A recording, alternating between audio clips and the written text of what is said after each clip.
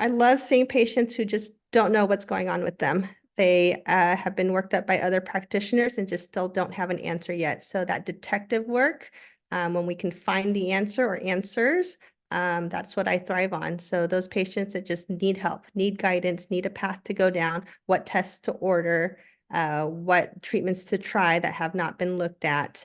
Those are the type of patients that I like to see, because when we do finally figure that out and patients get better, that is very rewarding to me.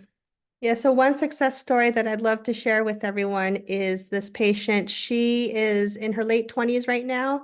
She had come to us probably 10 or so years ago, and she had already been previously diagnosed with a different practitioner.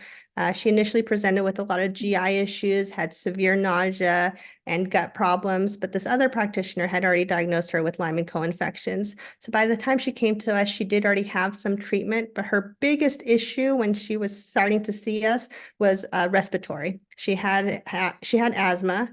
But she was a big respiratory case. She kept going into the ER. She kept getting admitted because she would catch pneumonia. She's the one patient during the pandemic, the COVID pandemic, that I was truly afraid for.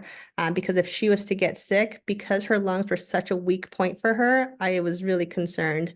However, the success part is when we got her on IVIG.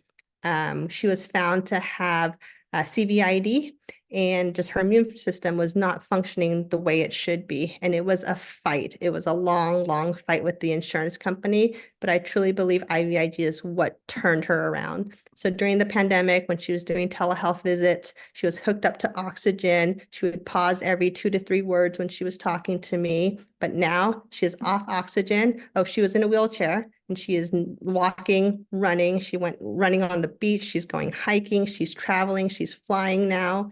And her voice, it used to be hoarse. She's talking regularly now. She has not been in the ER. She has not been admitted. She had a history of a lot of steroid use for her respiratory problems, hasn't needed that. I think IVIG was a big turning point for her, but it's the fight. It took probably 7 months of fighting with the insurance company, just going back and forth and back and forth.